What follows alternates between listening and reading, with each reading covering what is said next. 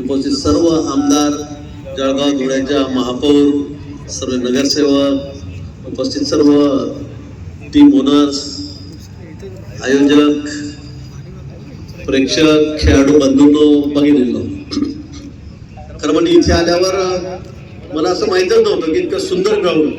म्हणजे परवाच मी 12 तारखेला मानखडे स्टेडियमवर मॅच बघितली. मला वाटतं त्यापेक्षाही चांगलं मेंटेन ग्राउंड हे लॉन या ठिकाणी मला दिसतं. मी फार क्रिकेट बघत नाही, मी जरा खेळलोही नाही क्रिकेट, म्हणजे असं गल्लीत कधीतरी. मी खेळाडू निश्चित होतो. मी चंदवाडामध्ये म्हणतो की आपण कोणत्या साली खो खो खेळत होतो. आम्ही विद्यापीठामध्ये खेळलो होतो, शालेय जीवनामध्ये खो खोचे चांगले खेळाडू होतो.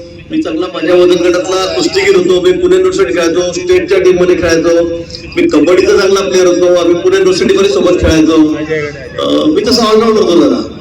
पण त्यावेळेनंतर मी एखाद्या खेळाकडे खूप पुढे गेलो असतो. पण हे खेळू, ते खेळू, ते खेळू, हे खेळू, त्या गेम खेळायचो.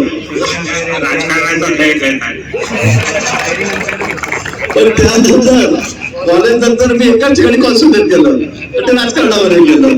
आणि म्हणून सतत 7 वेळा एकदा सरपंच, 7 वेळा आमदार, 3 वेळा 15 वर्षाला मंत्री, म्हणजे एका ठिकाणी कॉन्सन्ट्रेट केलं की किती पुढे जाऊ शकतो याचं उदाहरण आहे.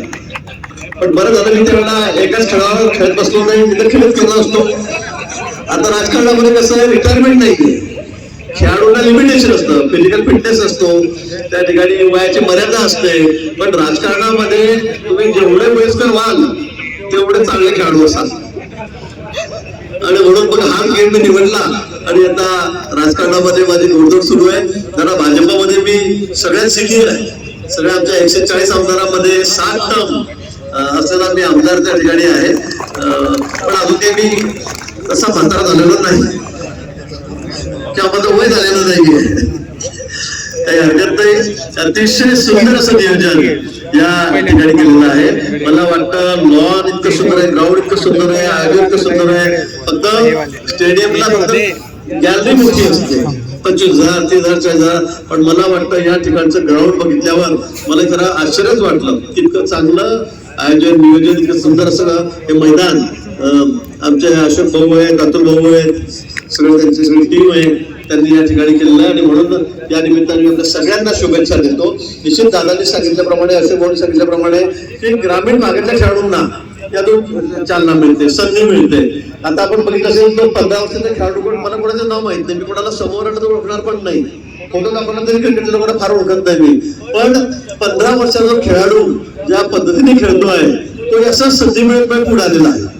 अशाच ग्रामीण भागातून पुढे आलेले खेळाडू अनेक त्या ठिकाणी आहेत. आणि म्हणून या खेळामधून सुद्धा एक चांगले होतकरू, चांगले खेळाडू या ठिकाणी देशाचं नेतृत्व करतील, देशाच्या टीम मध्ये खेळतील, राज्याच्या टीम मध्ये खेळतील, अशी अपेक्षा आपण या ठिकाणी करूया.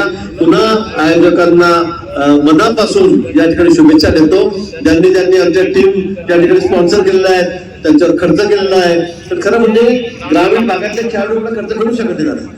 शूज घेणं, क्या वेगळं ड्रेस घेणं सगळं या ठिकाणी होत नाही. पण अनेक असे या ठिकाणी उद्योजक आहेत, त्यांनी या ठिकाणी खेळाडूंना स्पॉन्सर केलेला आहे. आणि त्यामुळे निश्चित त्यांचाही उत्साह या ठिकाणी वाढतो आणि आपल्याला अतिशय चांगल्या स्पर्धा या ठिकाणी बघायला मिळणार आहे. म्हणून त्यांचं मी मनापासून अभिनंदन करतो. सगळ्या खेळाडूंना या ठिकाणी मनापासून खूप खूप शुभेच्छा देतो आणि थांबतो. धन्यवाद. जय हिंद, जय महाराष्ट्र.